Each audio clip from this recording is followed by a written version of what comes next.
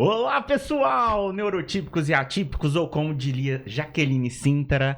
Oi, oi, oi, gente! Como é que vocês estão?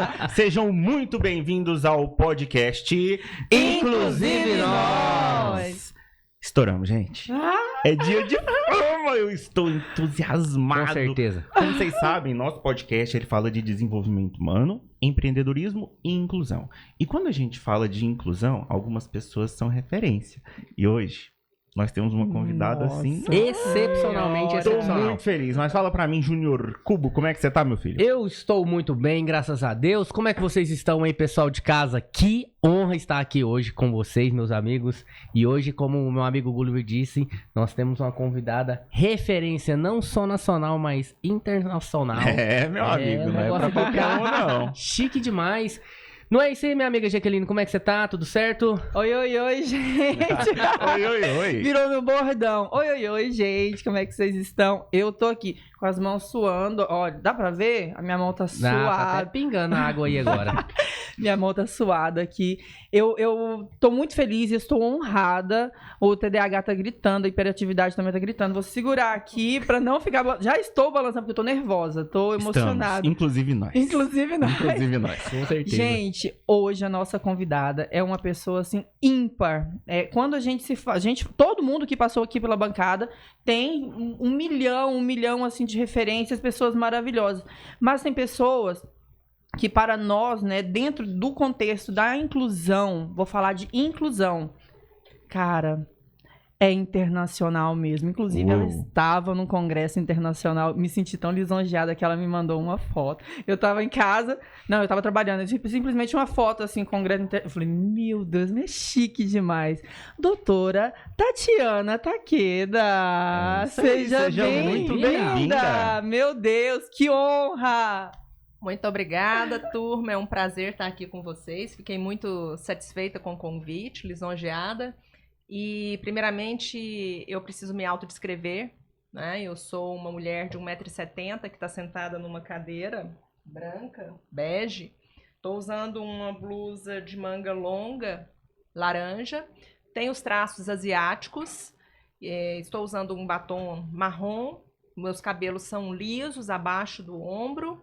E estamos aqui hoje para falar de algo que me é muito caro, que é a inclusão da pessoa com deficiência.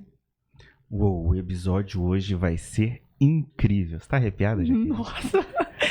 Eu posso fazer uma colocação? Eu fui esses dias atrás, eu acho que tem uns 15 dias, nós fomos num evento e nós tivemos o prazer de te assistir. Na hora que ela falou, eu falei, vocês estão entendendo isso? É para todos. Essa descrição é para todos. Quem tá apenas nos ouvindo, né? Para quem não entende o que está acontecendo, como foi a apresentação dela, nós temos muitas pessoas, né? Que têm de baixa visão ou realmente perda total da visão. Então, o que ela fez? Por isso que eu falo que eu tô emocionada, gente. Ela falou como ela é. E nós nunca fizemos isso. Nunca fizemos. Falta gravíssima. Vamos fazer agora. Eu vou te descrever, você descreve o Daqui Júnior. pra frente, Exatamente. não vamos Isso foi muito inclusivo. Inclusivo. Caramba. Então, ó, a Jaqueline Sintra é uma mulher extremamente elegante, é a voz suave, é quem fala, oi, oi, oi, gente! Hoje ela está vestindo, o que você está vestindo, Jaqueline? Um vestido preto, muito bonitinho, olha que gracinha. Ela tem um bocão, ela fala bem demais, sou muito fã e às vezes ela quebra o cenário. Gente, pode acontecer. É fato. Escreve, Júnior, vai. O Júnior... Ai, como é que é, doutora? Traços asiáticos. É um Traços homem... asiáticos. É um rapaz bonito, de traços asiáticos. Oh, já gostei. Polo, preta, sentado numa cadeira também bege, né? E o Júnior deve ter que altura, Júnior? 1,75. 1,75. Uou. E tem a cor clara e tá aqui, né, pra compartilhar com a gente dessas experiências também, porque quem entrevista também compartilha. Afinal de contas, eu tenho certeza que cada pergunta que vai sair daqui tem uma história junto. Descreve eu também. O Gulliver tá aqui com a camiseta preta da Adidas, sentado numa cadeira cinza. O Gulliver deve ser um rapaz de 1,80 m? Não, 1,75. 1,75 m, tem os cabelos castanhos curtos, é um rapaz da pele clara e tá aqui, né, pra Uau. embelezar o nosso A podcast. enciumada Eu quero. Jaqueline está sentada numa poltrona, numa cadeira aqui preta, né? Ela deve ter 1,64. Você me enganou. Eu achei que era mais. Tem os cabelos longos, castanhos escuros, abaixo do ombro, lisos.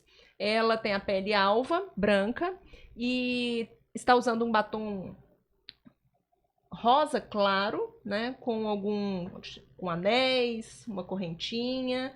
E tá aqui com um sorrisão, né? Pronta Uau. para estar iniciando aí esse momento que eu tenho certeza que vai ser ímpar. Vai ser Com demais. certeza. Tatiana Senhora. de Oliveira tá aqui. Inédito. Bom, tô aqui no Lattes dela, vou ler um pouquinho da autodescrição dela. Olha só, professora do curso de Direito da PUC Goiás desde 2007, tem pós-graduações, Direito da Pessoa com Deficiência, assessora do Conselheiro do TCE de Goiás, advogada, membro de comissões estadual e nacional dos direitos da pessoa com deficiência, mestre em Direito, Relações Internacionais e Desenvolvimento, pós-graduada em Direito Civil e Processual Civil, Direito Educacional, Direito da Criança, Juventude e Idoso, Ensino Estruturado para Autistas, Direito Imobiliário e Gestão Ambiental, autora, coautora e colaboradora de livros, e-books e cartilhas. Administradora do perfil Direito e Inclusão e é uma pessoa super agradável, é referência e eu sou fã! Vai ter Meu autógrafo Deus, no final, hein? queremos. Autógrafo. Seja muito bem-vinda ao Inclusive Nós Podcast. Bom, geralmente, penso eu, a senhora vai me corrigir, senhora, pode falar Tatiana? Me Senhora? chama de Tatiana. Tatiana. Quando tu vai, assim, em algumas entrevistas, o pessoal quer saber mais da Tatiana ou de tudo que você representa, da causa que você carrega? Como que é? É relativo, Gulliver. Eu percebo que os assuntos, eles permeiam aí desde a maternidade até a academia, né? E da maternidade até a academia tem um longo espaço em que a gente pode estar falando da experiência, né? Com uma pessoa com deficiência dentro de casa, assim como a gente pode estar falando dos direitos da pessoa com deficiência, né? Que aí acaba que hoje profissionalmente eu sou mais conhecida como uma professora de direitos da pessoa com deficiência e das experiências que nós tivemos aí atrás de políticas públicas de inclusão, bem como aí no atendimento, no apoio à sociedade, principalmente aquelas pessoas que precisam de informação que realmente tenha embasamento, né, e que sejam confiáveis. Porque hoje nós percebemos que num mundo em que a internet prepondera, tem informação de tudo quanto é jeito, um bombardeio de informações o tempo inteiro. Só que aí vem aquela pergunta, o que realmente é verdade? Né? Porque um assunto, ele pode ser utilizado para o quê? Para sensibilizar demais a pessoa em busca, e às vezes, de um cliente, de um paciente, né? E não é assim que funciona. A gente tem que ter responsabilidade com aquilo que a gente fala. Maravilha, maravilha. Doutora Tatiana Takeda, ou Tatiana. Quem é a Tatiana? Fora do trabalho, ela é mãe, ela é esposa. Conta um pouquinho pra gente conhecer você. A Tatiana Takeda é o componente mais palhaço, né, da família, né, dos Oliveiras, né, Tatiana de Oliveira Takeda. E gosto muito de viajar. E eu acho que é genético, porque lá em casa é o seguinte, quando eu digo vamos viajar, a meninada pula alto, acorda 3, 4 horas da madrugada numa boa, meu marido também, todo mundo é animado e a gente gosta de viajar, a gente gosta de passear, a gente gosta de viver momentos juntos, né? Então, fora do profissional, eu sou a mãe do Theo Luiz e da Ana Tereza, eu sou a mulher do Keilon Cabral, sou a filha da Tereza Takeda, irmã do Thiago Takeda, e esse é o meu núcleo, né? Meu principal núcleo, que é a minha prioridade. Uma prioridade que hoje eu tenho maturidade para reconhecer porque até alguns anos atrás eu não reconhecia qual era a minha prioridade, a ponto de eu começar a querer abraçar o mundo e perceber que eu estava prejudicando aquilo que era o principal. E quando eu me falei, a minha prioridade é a minha família, tudo mudou na minha vida. Eu comecei a trabalhar um pouco menos, eu comecei a aparecer, né, publicamente um pouco menos, e isso fez toda a diferença para minha saúde mental e para a saúde mental daqueles que eu amo. As coisas, elas começam de dentro para fora. Nós estávamos até falando isso no episódio anterior, que como que nós colocamos algo para fora se não está sendo tratado dentro, ou seja, como que nós priorizamos as coisas lá fora e não priorizamos a nossa família, que é o ponto principal, na verdade? E isso é muito importante no nosso contexto, né? Muitas pessoas abraçam tudo, trabalham tanto e servem muitas pessoas fora e esquecem do principal, que é a sua família, sua esposa, seu esposo, seus filhos. E é importante a gente ter esse contexto bem claro, que a parte principal hoje deve ser a nossa família. Caramba, eu tô dividindo hoje a parte de host de podcast e de fã. Nossa senhora! Conta pra gente, como que era a Tatianinha? Ela prestou vestibular, aí ela queria fazer direito, como que foi? Tatiana começou o curso de direito, né, sem grandes pretensões.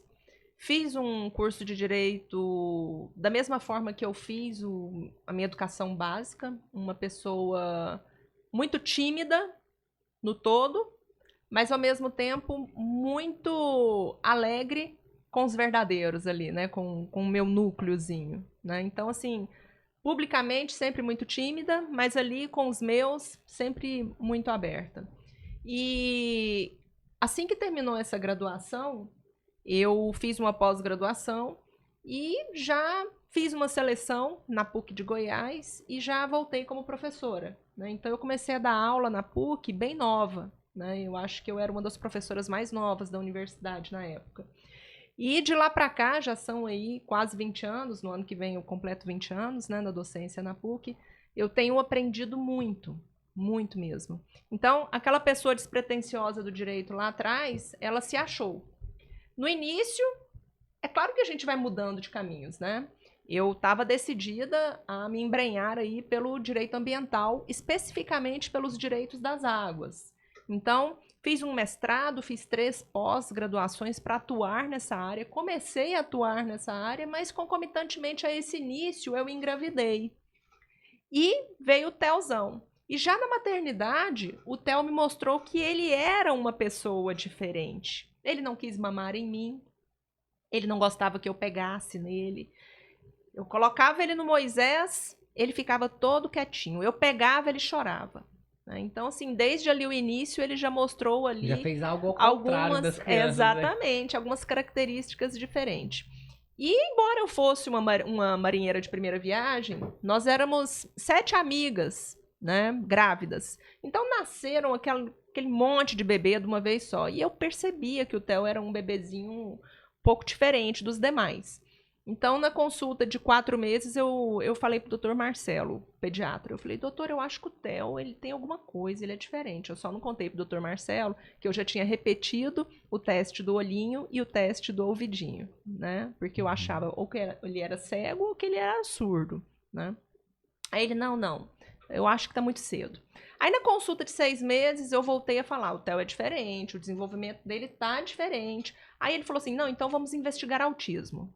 Quando ele disse, vamos investigar autismo, eu fiquei, assim, perdida, porque a única noção que eu tinha de autismo era o filme Rayman, do Dustin Hoffman. Eu só lembrava do Dustin Hoffman atravessando a rua, né? E o semáforo abria, e aí ele não sabia para que lado que ia, aí o irmão dele, que era o Tom Cruise, ia lá, pegava ele, tirava ele do meio da rua, né? Que ele não conseguia atravessar a rua.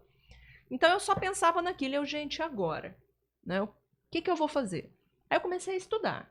Fui um monte de médicos, mas todo mundo achava ele muito novo para dar qualquer tipo de diagnóstico, né? Ele estava com qual idade? Eu comecei, ele tinha 6 meses. Né? Bem precoce. Então, eu só consegui o diagnóstico dele, né, efetivamente, quando ele estava com 1 ano e meio. Mas a gente já estava bombardeando ele já com algumas situações, né? A gente já estava na natação, tinha colocado ele na aula de música, já estava na minha cabeça que ele tinha que começar imediatamente ali com uma fonoaudióloga, uma terapeuta ocupacional. E aí, com o diagnóstico, a gente começou a fazer os tratamentos. O Theo ele já chegou a ter 11 terapeutas. 11 não, 12 terapeutas.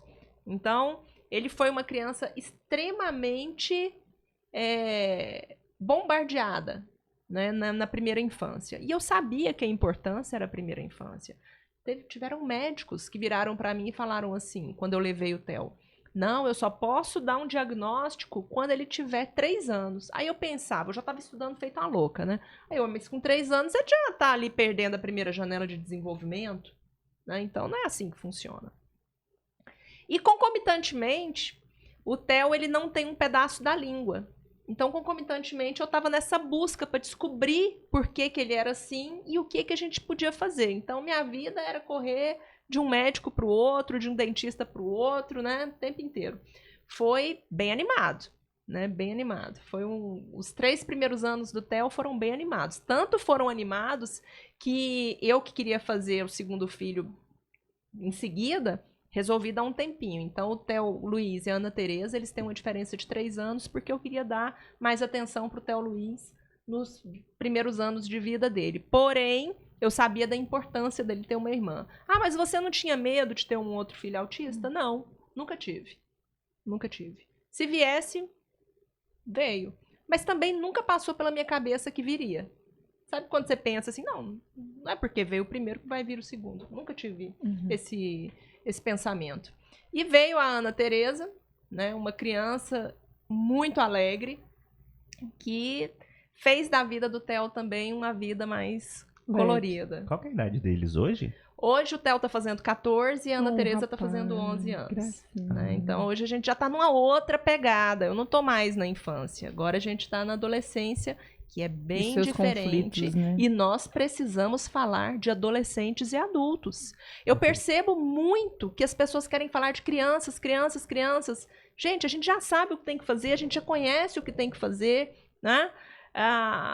Todo mundo falando o tempo todo disso, mas a gente tem que entender que é o momento da gente falar de adolescentes e adultos. Exatamente. Então, aquela Tatianinha que não tinha pretensões nenhuma quando entrou na universidade e começou ali se embrenhar pelo meio ambiente, ela percebeu com o diagnóstico do filho que ela tinha que mudar de área. Então, eu comecei a estudar os direitos da pessoa com deficiência. Não porque eu queria ensinar, mas porque eu queria aprender. E à medida que eu fui aprendendo, eu fui ajudando outras pessoas a entender também aquilo que naquele momento era difícil, porque naquele momento nós não tínhamos professores nessa área, nós não tínhamos cursos nessa área, e aí a gente teve que fazer uma construção. A primeira coisa que eu fiz foi fazer um curso em ensino estruturado para autistas. Depois eu fui fazer direito educacional, depois direito da criança e do adolescente, para a gente poder aí reunir os requisitos para poder conseguir fazer a defesa de uma pessoa com uma necessidade específica. Uau! O engraçado é quando a senhora fala, doutora, do filho, né? Porque até então era ambiental, né? Não tinha nada a ver. Nada a ver uma coisa com Nada a ver. O que a gente percebe, nós aqui, como terapeutas, a gente percebe que não só no autismo, ou TDAH, ou etc., mas quando a inclusão, a gente busca quando ela bate a porta. Porque a maioria das pessoas simplesmente vive e tá tudo certo. Quando acontece aquele... Opa, peraí, o que tá acontecendo? É um filho, é um sobrinho, um conhecido, que a gente vai ter essa noção. Ou seja, a sociedade não mostra. Você não tem estrutura nas vias para um cego. Não tem, a gente não tem semáforos sonoros e tal. Por quê? A gente quase não vê, né? Eles se locomovem no dia a dia, nas ruas, não vê. Então, o que a senhora falou? Quando seu filho nasceu, quando houve a necessidade, virou a chave. E outra coisa, ela buscou informação. Tem muita gente que não busca informação. E aí fica perdido, não entende o que está acontecendo com o filho. Mesmo com os tratamentos, tem muito pai que, claro, tem muito pai que dá aula pra gente, né? Ele chega lá e fala assim, nossa, tem que tomar cuidado com o que eu tô falando, que ele já sabe muito mais. Justamente. Mas tem muita gente que não sabe. E, inclusive, tem muitas instituições também, né? Que ainda não sabem como ter manejo, como atender o comportamento e tudo. Mas, meu Deus, a senhora estuda demais. Já que olha que interessante, você falando, a Tatiana já estava na carreira acadêmica. E para quem já está na carreira acadêmica, buscar informação acaba sendo feito de uma forma mais seleta. Sim. Tu vai atrás de artigos renomados, começa a buscar autores. Qualquer revista, não. Isso. E isso me traz uma situação que até remete à época do rapaz lá que falou das mães geladeiras. A informação, ela pode libertar. Mas a informação equivocada, ela mata, né? E muitos pais chegam até a gente no consultório e falam assim, caramba, não vem falar de autismo porque eu já sei o que é. Eu sei isso. E a gente vê que ele estudou bastante, só que muita informação, ela é desconexa. Ou então uma informação errada. Qual que a senhora acha que é o impacto de uma informação positiva, de uma informação errada, para um pai que está querendo aprender para poder ajudar o filho? Esses dias eu estava num evento e escutei uma mãe dizendo assim, uma mãe de um jovem com necessidade específica. E ela disse assim, meu filho não precisou de tratamento porque eu me dediquei muito para ele e hoje olha como ele está. E eu fiquei muito preocupada com essa fala, porque ela estava falando para centenas de pessoas. E eu fiquei pensando naquelas famílias que têm filhos com um grau, né, de comprometimento muito maior do que o filho dela, que é bem leve, né? E fiquei pensando, gente, essas pessoas que estão escutando isso e que não têm aí experiência nessa área, elas vão achar que elas podem fazer isso também. E não é assim. Gente, no amor, muita coisa se constrói, mas a gente precisa de técnica. E de técnicas com evidência científica. Eu fico vendo aí algumas técnicas sem evidência científica em que os pais ficam se sacrificando, deixando de trabalhar para ficar levando o filho de uma terapia para outra em questões que não têm evidência e que a gente sabe que pode até ajudar, mas é pouco.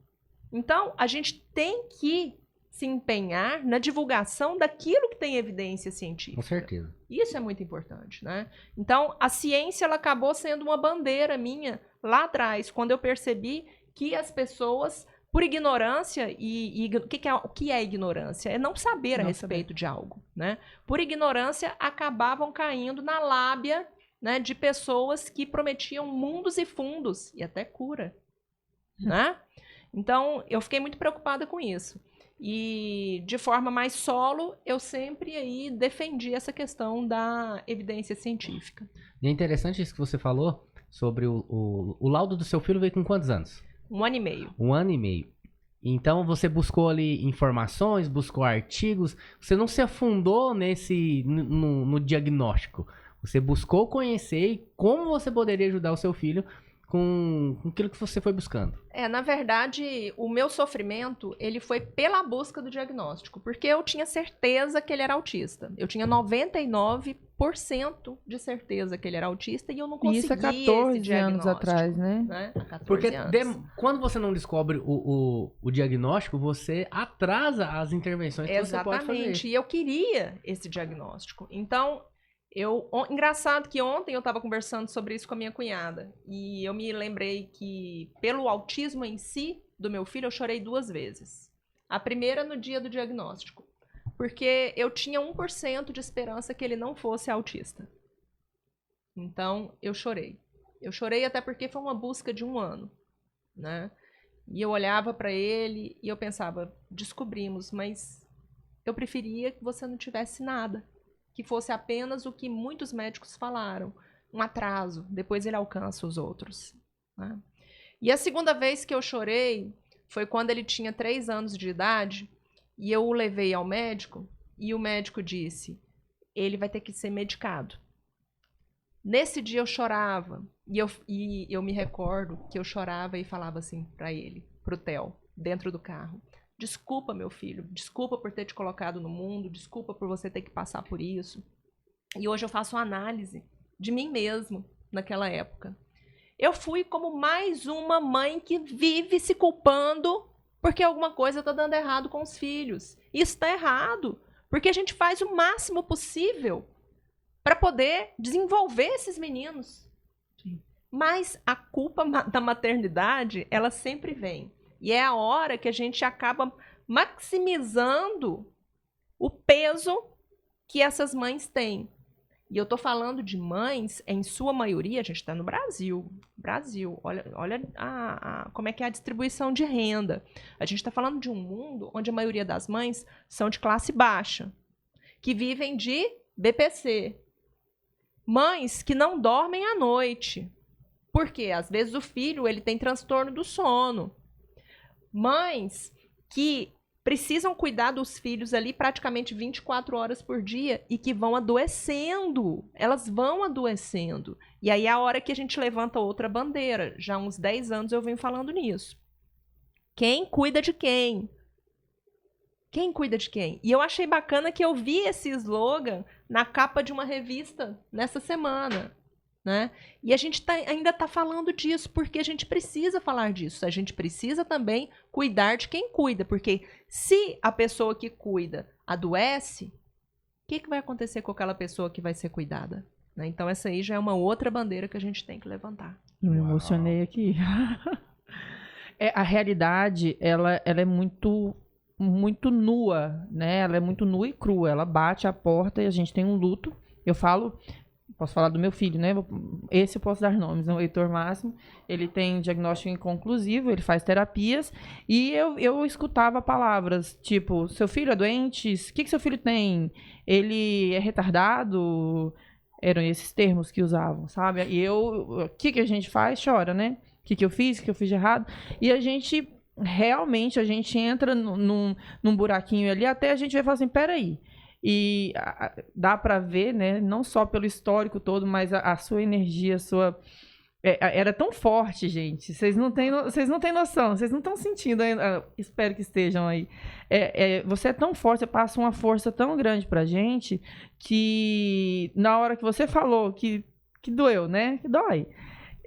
Eu falei, ela é só uma mulher, uma mãe, que também precisa de carinho, que também precisa de atenção, assim como você está dizendo. E graças a Deus, do histórico que você diz, tem família, tem uma rede de apoio.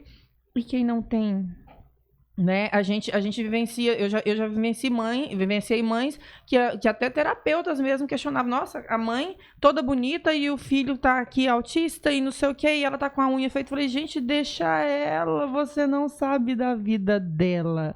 É muito complicado, não só da mãe, um pai, a família toda que vai buscar tudo e às vezes erra tentando acertar, né? Mais erra tentando acertar. Então, parabéns mais uma vez. Cada palavra aqui eu tô Inclusive nós. Inclusive nós. Não, quer dizer então que o pai e a mãe, por ser pai de crianças autistas, neurodivergentes, ele tem que andar mal arrumado? Eu já ouvi isso. E isso é real. Eu conheci uma mãe, ela tem 3 filhos autistas, os 3 suporte 3. E ela é toda linda, maravilhosa, de unha feita, cílios, né? E eu sou uma mulher muito... Eu gosto de me arrumar, tá? E eu via e falava, gente, que linda! Aí as pessoas, nossa, você viu? Ela falou, não, gente, deixa ela. Deixa ela, pelo amor de Deus, você não sabe o que é a vida dela. Isso é combustível, né? Então, quando a gente diz para as nossas companheiras mães, né, de caminhada, eu sei que é difícil para você, eu sei que você não tem tempo para ir no salão, eu sei que na maioria das vezes você não consegue ir numa academia, você nem tem dinheiro para isso, né? Mas aquela que não tem condições de ir num salão, não tem uma rede de apoio, né, que infelizmente são a maioria, né? É importante que você descubra aquilo que possa te ajudar na sua saúde mental. Como, por exemplo, será que o que eu preciso é ter 10 minutos para ir lá na praça, sentar no banco, sozinha, e ficar no meu silêncio? Será que é isso que é importante para mim? Será que é eu conseguir dar uma volta no quarteirão sozinha, pensando eu na vida? Será que é eu conseguir ir no salão fazer uma unha? Será que é eu conseguir tomar um café com uma amiga minha, nem que seja por 20 minutos? Será que é eu conseguir passar um creme no meu cabelo, fazer uma hidratação? Então, cada uma tem que descobrir aquilo que ajuda e o que é palpável. Né? Mas o importante é você ter seus momentos, você consigo mesmo, Se descobrindo. para poder ter o seu descanso. Precisa. Mas aí as pessoas ainda preferem falar assim, mas ela é guerreira? Nossa. Deus não dá cruz para quem não consegue carregar? Eu te admiro demais, você é muito guerreira.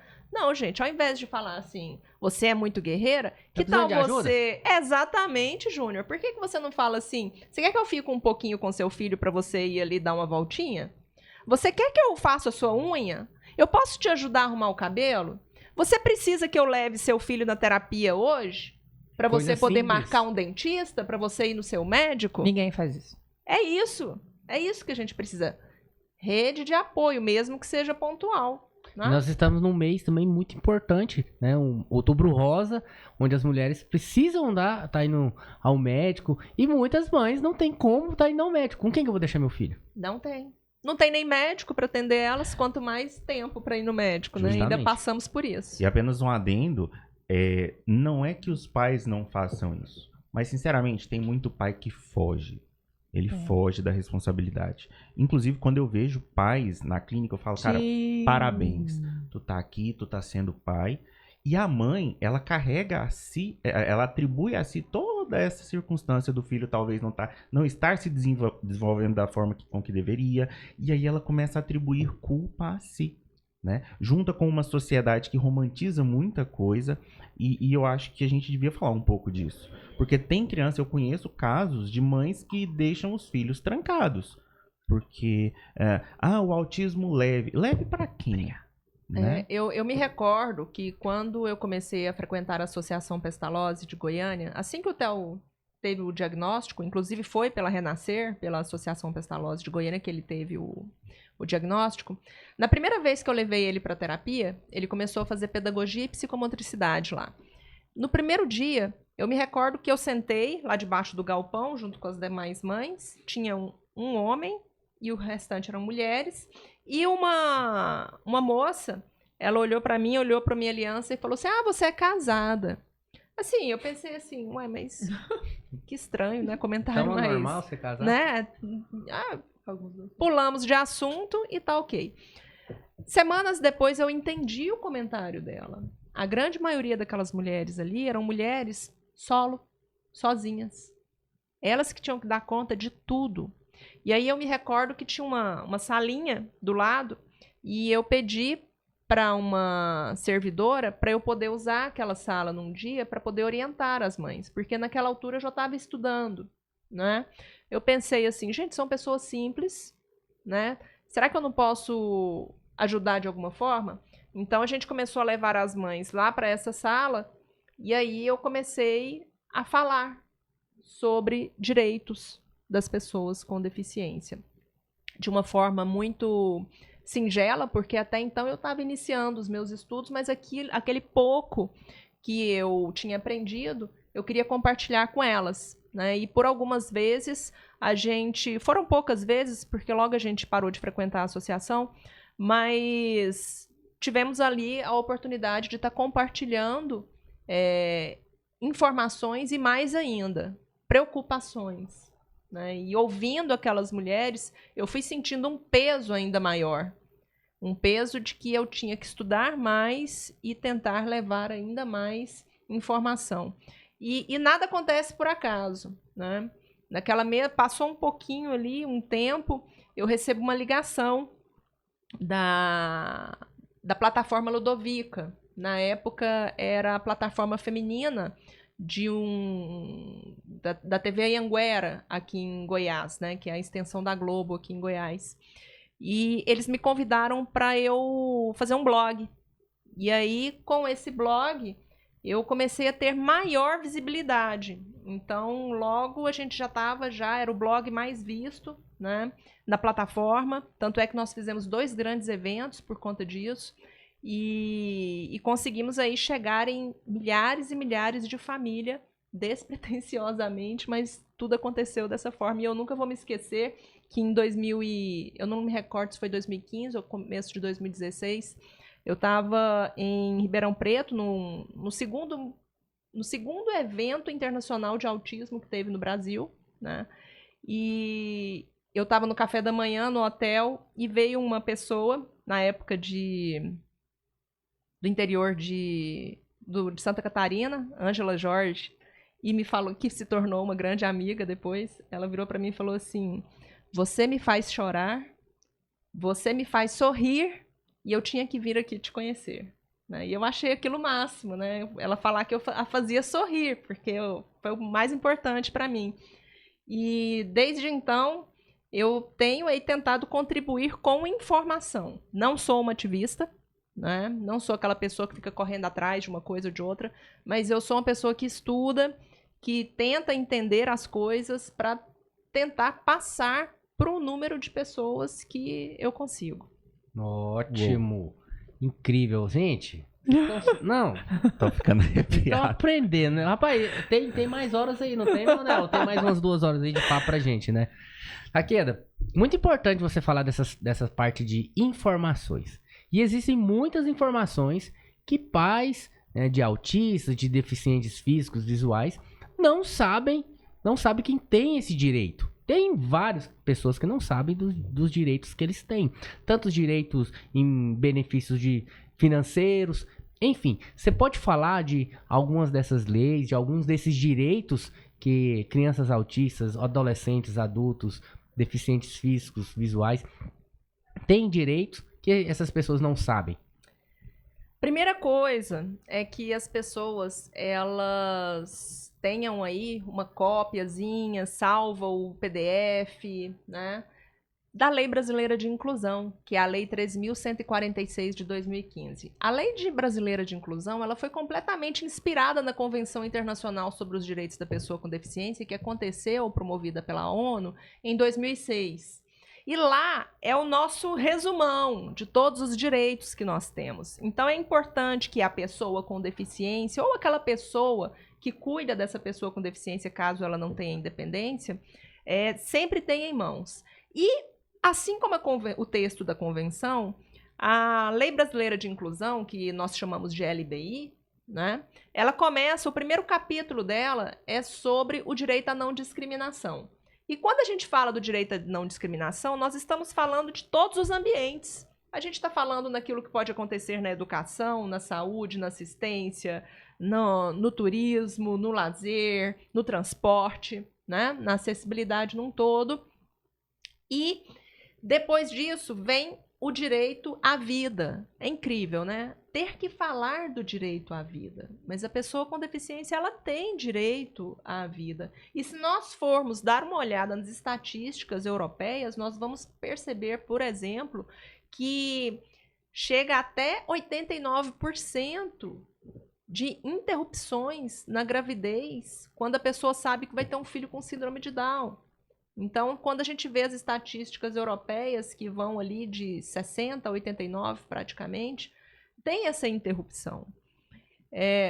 O direito à vida, ele também permeia aquele direito de você não ter que ser cobaia de nada, né? Você não ser uma pessoa que vai ser institucionalizada.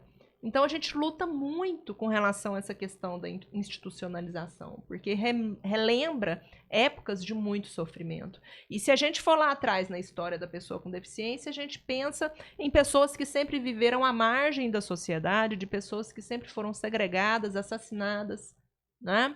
Então, partindo daí, nós temos o direito à educação, esse direito à inclusão escolar. E quando a gente fala de direito à inclusão escolar, nós estamos falando de adaptação curricular, que não pode ser confundido com adaptação de tarefa, porque a adaptação de tarefa faz parte da adaptação Sim. curricular.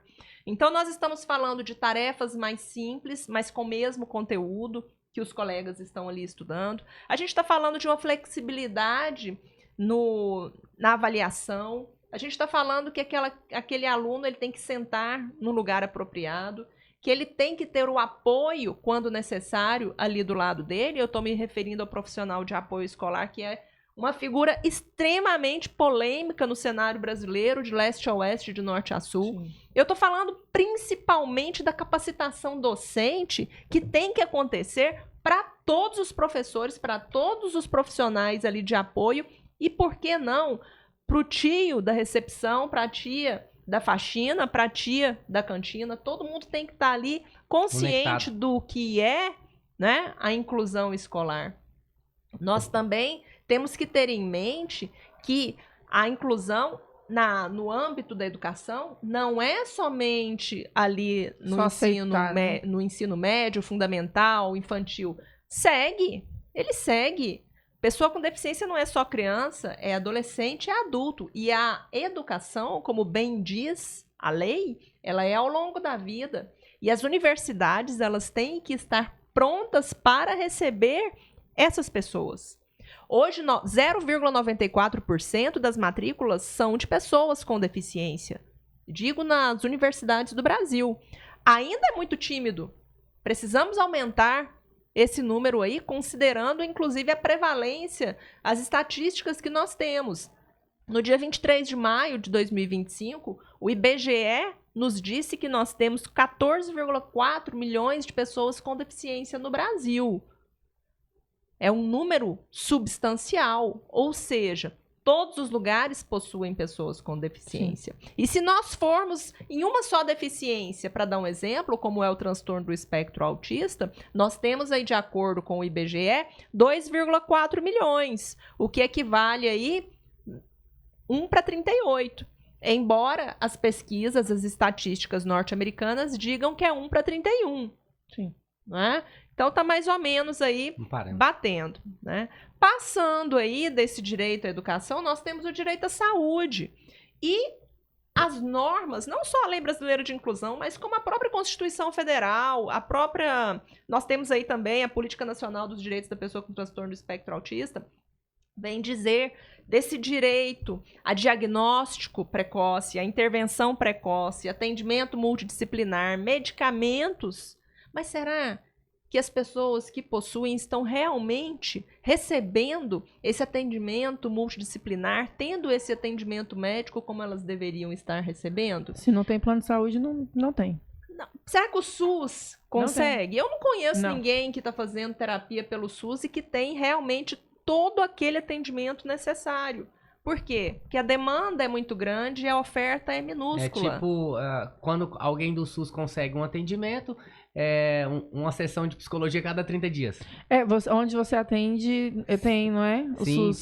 Tem alguns pacientes que nós atendemos pelo SUS. Mas é muito raro. Então, você pega muitos pacientes que nunca tiveram contato com terapias, ou nesse quesito que eu acabei de falar, uma sessão de psicologia a cada 30 dias, 40 dias. E nós estamos falando de pessoas que precisam de um tratamento contínuo.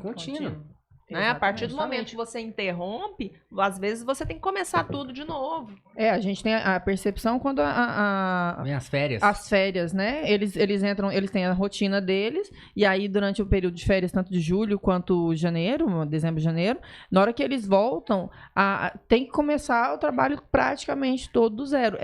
Assim, pra nós fica bem exaustivo, porque fica assim, meu Deus do céu.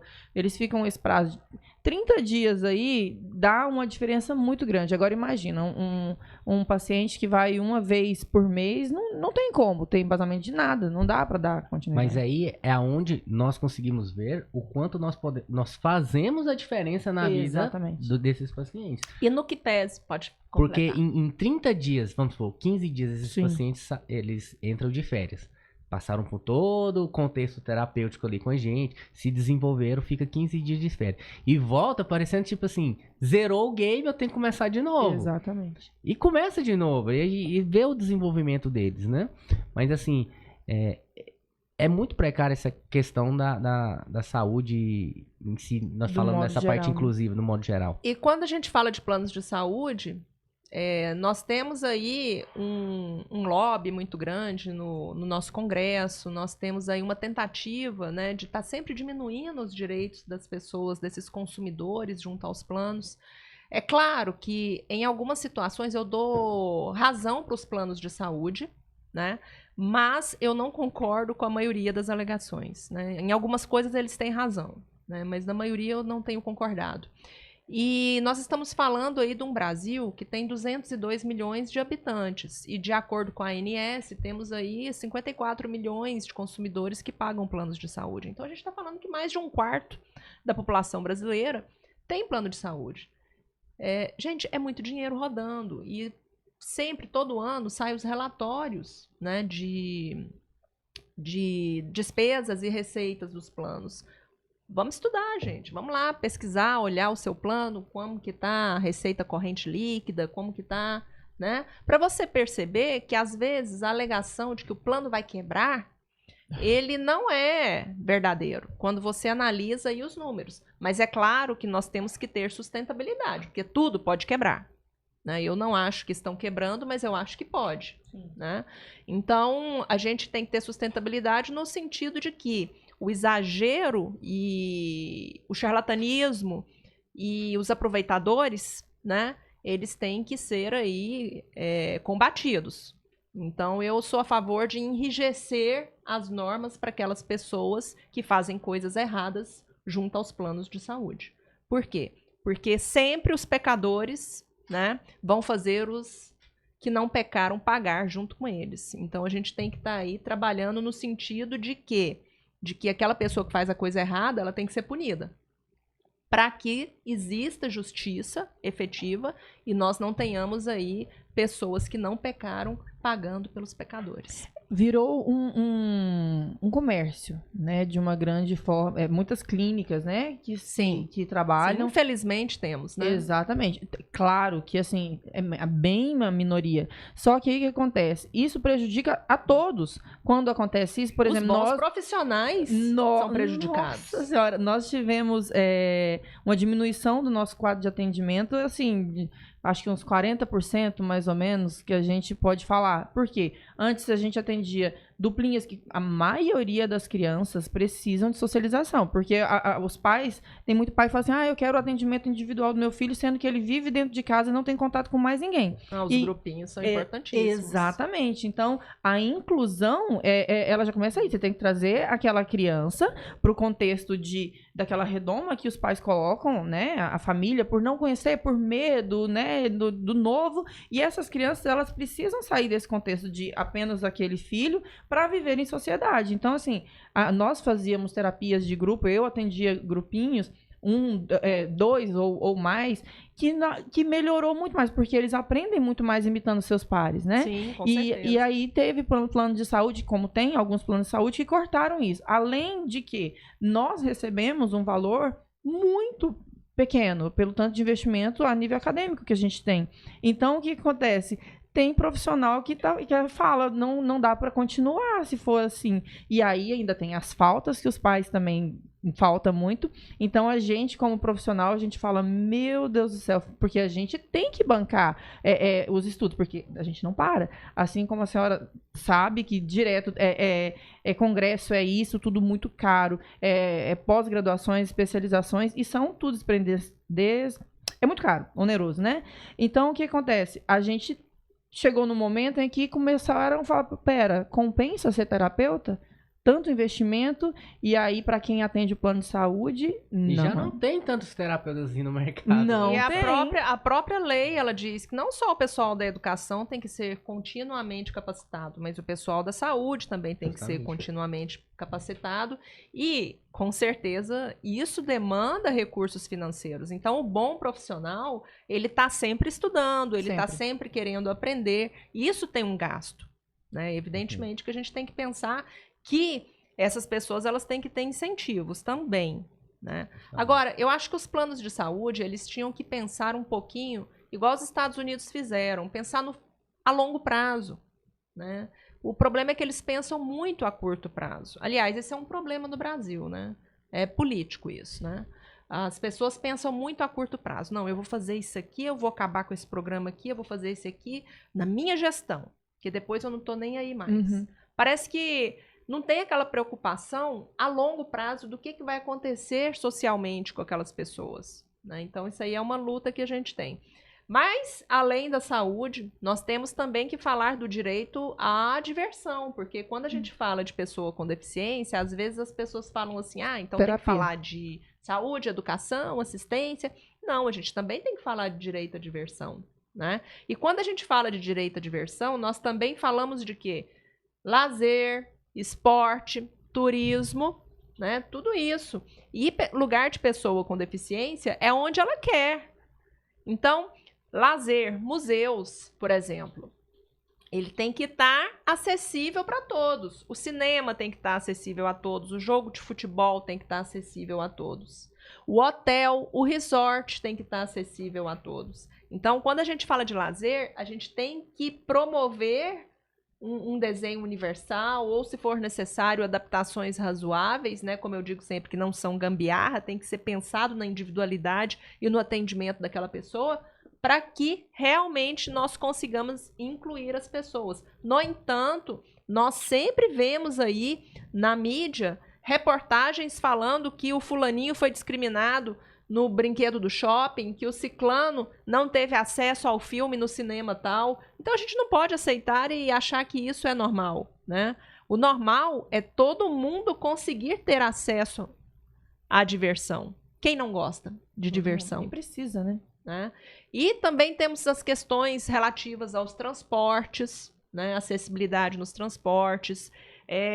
Na gestão de 2022, 2024, em que eu atuei como presidente da Comissão dos Direitos da Pessoa com Deficiência, nós tivemos uma preocupação muito grande com a questão de transportes e acessibilidade na nossa cidade, de modo que nós estávamos sempre aí nos terminais, no BRT, dando nosso palpite, anotando o que estava errado, para poder ali fazer uma nota técnica, né, e mandar para os órgãos públicos dizendo o que tinha que ser ali ajustado, numa tentativa de colaborar, né, de agregar aí também para o poder público. Então, nós temos que pensar que os transportes eles têm que estar acessíveis para todos. Teve uma situação em que a gente chegou num ponto de ônibus em que tinha um vão entre o ônibus e a plataforma, de modo que uma pessoa cega, ela enfiaria o pé ali tranquilamente e tchau. Né? Então, assim, coisas simples que a gente identificou e tentou aí agregar. Né? Sempre com uma comitiva, a gente sempre ia uma pessoa cadeirante, uma cega, uma surda, uma autista. Já fazendo o teste ali mesmo. Fazendo já teste sempre para a gente poder ter, né, certeza do que estava realmente funcionando ou não. Atualmente a comissão está sendo gerida aí pela doutora Luciana Prudente, que era nossa vice-presidente na época, e agora eu tenho certeza que a gente vai começar a desatar todos os nós que a gente começou antes e agora vai ser... Vai. Então, parabéns, porque a doutora Luciana Prudente tem muito, hoje ela tá em a evento compartilhar. lá no Shopping Galo, ela tá num evento lá maravilhoso, nos convidou, Exatamente. ela é maravilhosa. Exatamente. Então... temos também as barreiras tecnológicas. A gente tem que pensar que a tecnologia tem que ser para todos, porque toda pessoa com deficiência ela tem direito à tecnologia assistiva. Porque senão, como é que ela vai ler um livro? Como que ela vai andar no meio da rua? Uma bengala é uma tecnologia assistiva. Um óculos é uma tecnologia assistiva. A gente está falando de coisas simples do nosso métier que talvez as pessoas não entendam. Né, que é uma tecnologia assistiva e isso é necessário para todos. Uma cadeira de rodas é uma tecnologia assistiva. Uma barra no banheiro é uma tecnologia assistiva. E nós temos que ter tudo isso nos lugares para dar esse apoio. Né? E a gente tem questões de crimes contra a pessoa com deficiência, isenções. A gente também tem que falar de benefícios sociais, de assistência, de previdência. Então, tudo isso aí está na Lei Brasileira de Inclusão e é importante que as pessoas tenham acesso a essa lei, porque ela elucida muita coisa. Claro que muitos daqueles dispositivos ali padecem de regulamentação, alguns já foram regulamentados, alguns ainda não, mas está praticamente tudo ali. Tatiana, eu percebo uma eloquência na sua fala. Primeiro, a propriedade para falar, tem o conhecimento acadêmico, acesso à informação, fala bem. E eu percebo que muitas pessoas com esse perfil acabam indo pro lado da política.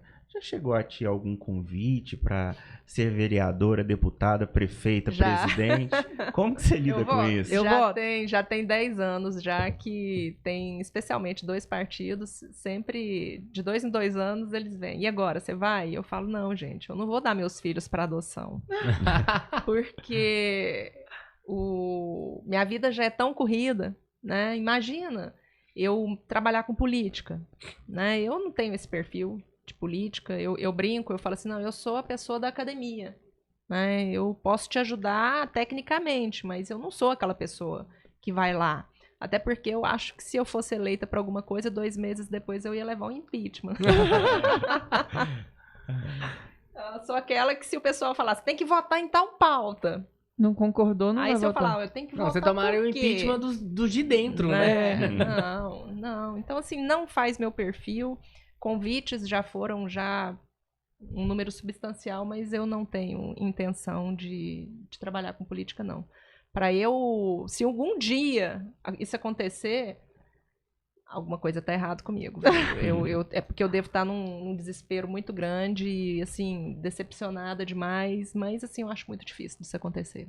E ainda falando sobre esse perfil, poxa, eu sou fã, né? Quem te vê fala assim, caramba, me inspiro nela.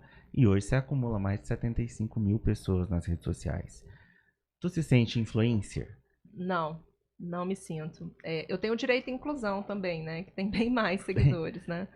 Mas eu não me sinto, não. Eu acho que o que a gente faz é levar informação para que as pessoas tenham acesso ao que é verdade, né? Porque sensacionalismo a gente vê em todos os lugares e a gente tem que parar com isso, né? A gente tem que parar de ficar assistindo vídeos sensacionalistas que vêm aí só para assustar as pessoas. Eu fico numa raiva tão grande quando eu abro a rede social e eu vejo alguém falando assim, fizeram isso pode acontecer na sua casa, você tem que fazer alguma coisa. Eu fico pensando assim, não é assim que a gente dá um recado para uma pessoa que não tem conhecimento, que já é uma pessoa humilde, que se assusta com esse tipo de coisa, que sofre, né, com aquela notícia. Não, você dá a notícia, diz o que está acontecendo, o que pode ser feito, e é isso, sem assustar a pessoa. Mas, infelizmente, a gente tem aí um costume de rede social que já é a pessoa começando assim, você sabia que você pode ganhar tanto se você procurar um advogado?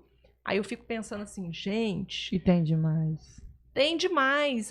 A pessoa não fala que a pessoa precisa preencher requisitos e que a grande maioria das pessoas não preenchem esses requisitos. Aí a pessoa vai, ganha aquele tanto de consulta, ganha, né? E a pessoa que às vezes é pobre, tem pouco dinheiro, está lá numa esperança de ter um retorno de alguma coisa que Não tem. Doutora, muito provavelmente ela não vai se encaixar. doutora, quais são os requisitos para o BPC Loas para uma mãe um pai, né? Uma pessoa atípica ter esse benefício? Que a pessoa fala, meu filho tem autismo, eu não tenho condição e tal. Como é que eu faço? E quanto é o valor? É um salário? Como é que é? O benefício de prestação continuada, que foi aí estipulado aí na Lei Orgânica da Assistência Social, né, que veio para regulamentar o artigo 203 da Constituição Federal, ele coloca alguns requisitos e o principal é a baixa renda, que é o critério que a gente chama de critério de miserabilidade, que é 1/4 do salário mínimo per capita. Ou seja, cada pessoa daquela casa, a renda daquela família não pode exceder 1/4 do salário mínimo por pessoa. Hoje, 1/4 do salário mínimo é mais ou menos o quê? R$280? Acho que é 284, 282, não foi assim. Por aí. Vamos dizer que são R$280. Então, se tiver 4 pessoas ali naquela família, se a soma exceder 280 vezes 4, já dificulta. Claro que existem aí alguns entendimentos, né, de que se subir um pouquinho, a depender do que aquela pessoa comprova, pode ser que ela consiga, né? Mas não é a maioria, né? Não é a maioria. O que nós temos percebido nos últimos anos é que o número de pessoas beneficiárias do BPC tem diminuído bastante, né? Diminuiu bastante. E a gente está aí na luta judicialmente, né? Eu não pego ações de previdenciário, mas nós temos os colegas aí que pegam, né? Que podem falar com mais propriedade do que eu do métier. Mas nós estamos vendo dos resultados que até o judiciário hoje a gente está vendo um número um pouquinho inferior ao que a gente via de concessões até um tempo atrás. Então, é como se estivesse fechando, sabe? O ciclo, ele estivesse se fechando. Uhum. Nós temos hoje menos pessoas aí sendo abarcadas pelo BPC. É, porque, por exemplo, tem o CRAS, né? Aqui em Goiânia, para as pessoas terem o Bolsa Família, por exemplo, tem que ir lá fazer o cadastro no CRAS. Sim, o CAD único. E eles o CAD único. E aí fazem uma entrevista com você, e algumas eu acho que eles até marcam para visitar a residência, algo parecido e tal. E aí, a partir daí, eu sei que também não pode ter outros benefícios dentro da família, certo? Por exemplo, eu tenho Bolsa Família e por conta do autismo do outro filho, não posso ter. Ou não, ou essa pessoa pode ter. Tem alguns benefícios que não podem ser cumulados. Isso. Né? Já tivemos o entendimento aí de que o Bolsa Família entrava, depois agora que não entrava. Mas recentemente tivemos, acho que nessa semana ou na semana passada, uma liminar, não sei em qual tribunal, cassando, né, entendendo que não precisava contabilizar o Bolsa Família. Mas nós estamos falando de uma decisão, não estamos falando de lei. Né? Então aí continuamos aí com essa dificuldade aí de que um fala uma coisa, depois de muda. interpretação, né, do judiciário, Deus. porque às vezes um entendimento de um tribunal é diferente do outro, de um juiz é diferente do outro. Entendi. E continuando nesse assunto, por que eu tô fazendo essas perguntas? Porque são perguntas que nós vivenciamos diariamente, assim, de modo bem simples, né? Como é que eu faço para ter o benefício? Como é que eu preencho os requisitos? Essa semana, por exemplo, uma mãe me perguntou. Eu pago com participação para o meu filho, o Suporte 3, né? E ela queria saber se ela tem possibilidade de não pagar essa coparticipação, pagar somente o plano. Porque eu acho que tem desde 2022, eu não me lembro, que teve todos os planos agora, quando tem terapias, né? Tem coparticipação.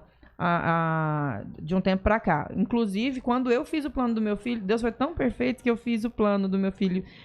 Vamos colocar que hoje é sábado. Eu fiz o plano hoje, uma semana depois entrou a lei que exigia a coparticipação. Então eu peguei aquele 100. Nós temos aí diversos tipos de contratos. Uhum. Né? Então a gente avalia a questão dos contratos e vão ter alguns tipos de contratos que dá para a gente questionar judicialmente, mas isso depende do estudo do contrato que foi feito.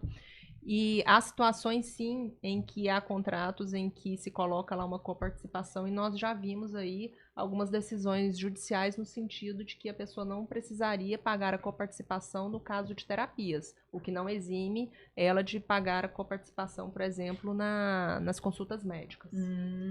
Entendi. E quando essa pessoa não tem condição financeira nenhuma ou não conhece um advogado, ela não entende nada, aonde que ela vai buscar?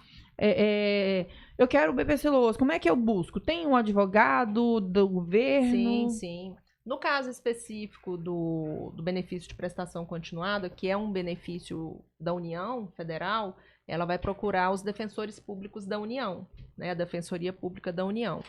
E no caso de questões relacionadas à educação, saúde, ela vai procurar a Defensoria Pública do Estado.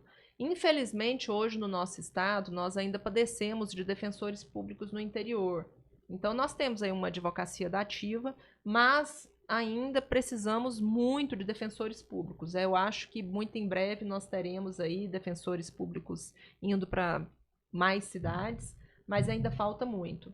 No entanto, aqui no estado, ou aqui na cidade, na capital, nós temos aí um número de defensores públicos estaduais, que não é o número que nós gostaríamos de ter, né, que está aquém do que nós gostaríamos, mas que tem feito um trabalho sensacional. Eu tenho muitos elogios a tecer, a DPE aqui do nosso estado, porque eles têm feito um trabalho muito dedicado a essa nossa pauta.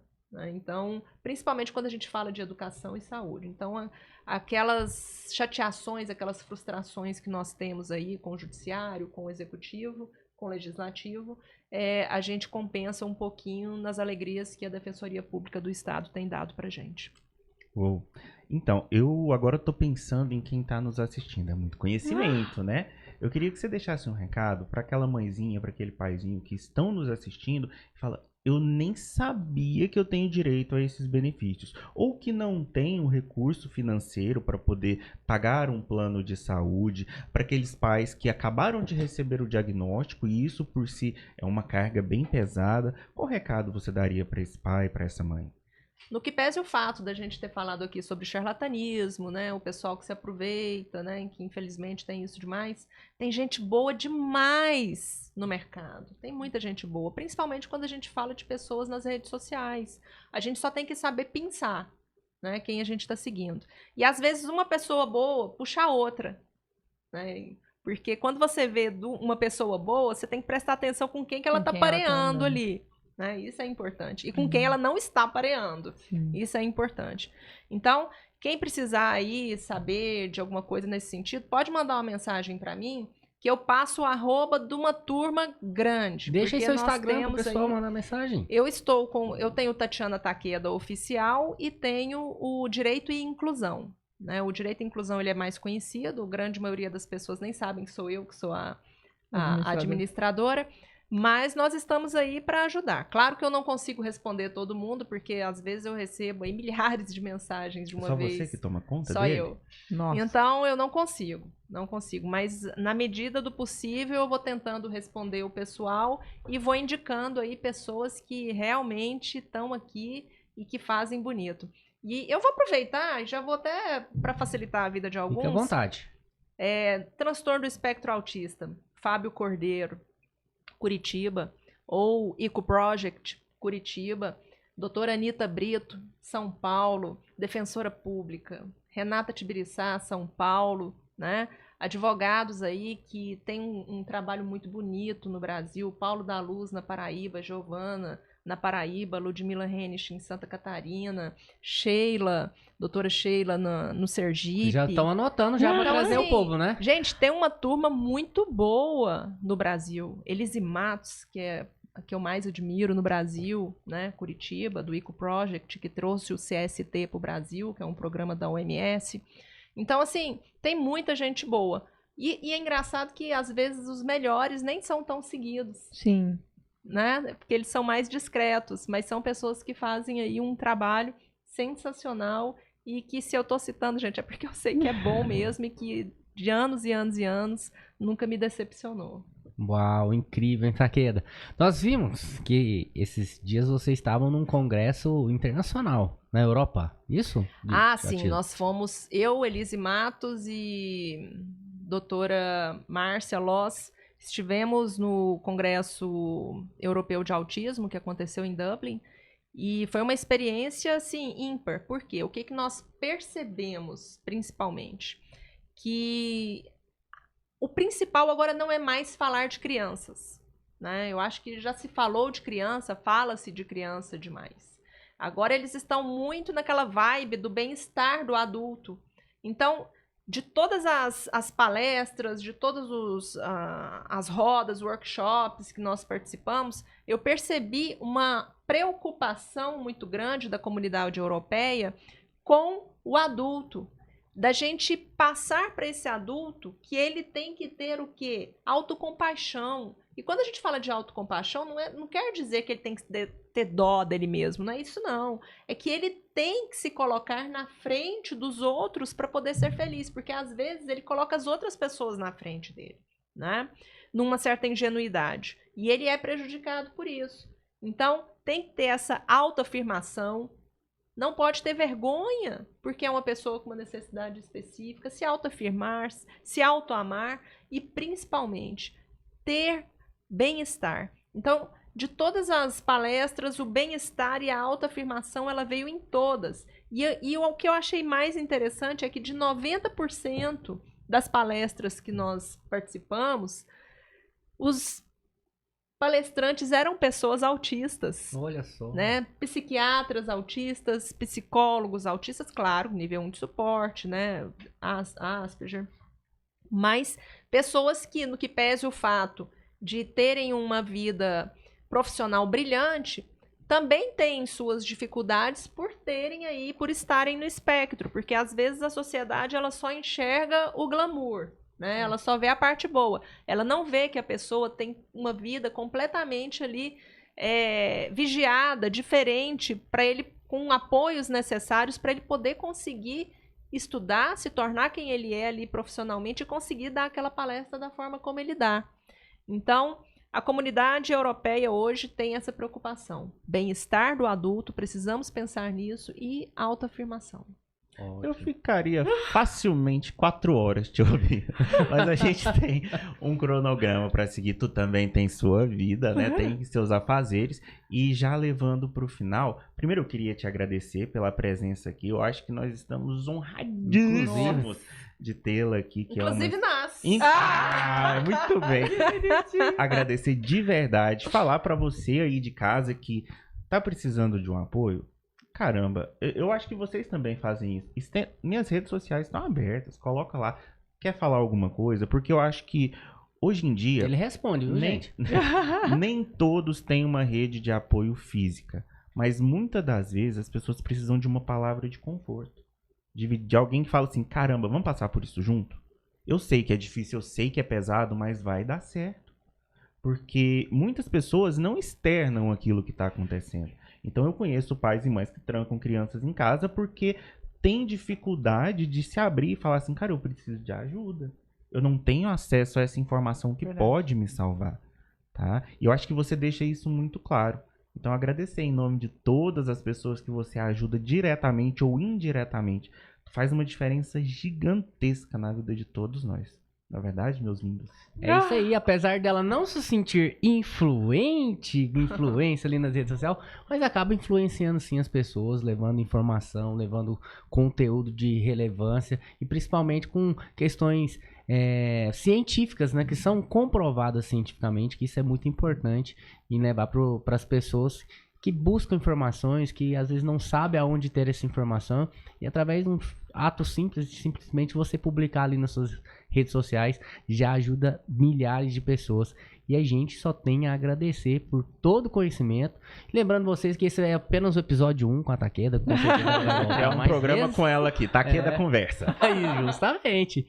E assim, a gente só tem a agradecer por todo o conhecimento. A gente sai daqui com muito mais proveitoso pra gente, às vezes, do que pra você. Com certeza. Com certeza. A experiência pra nós aqui é fantástica. Só agradecer você mesmo pela sua presença, por todo o conhecimento compartilhado com a gente. Você tem ideia, geralmente a gente faz bagunça aqui no cenário. A Jaqueline derruba alguma coisa, o Júnior tosse, eu encaro a pessoa. E hoje a gente ficou quietinho, só escutando e aprendendo. É porque a bagagem e a importância, porque eu não sou influencer. Não, às vezes a palavra nem é influencer, né? Porque fica meio que junta aí esses TikTok, blogueira e tal, mas a questão é, dentro de uma pauta séria, de muita responsabilidade, que é a que nós estamos falando hoje, do direito do ser humano, do modo geral, todos os direitos, assim, que as pessoas, direito à vida, direito a ser feliz, né? E por mais que você disse, eu não sou ativista, mas assim, nem todo mundo tem peito de bater e falar assim, vamos levantar essa bandeira. Isso é para poucos. Então, quando eu vejo mulheres, de novo me arrepiando aqui, mulheres inteligentes, nós somos muito inteligentes, né?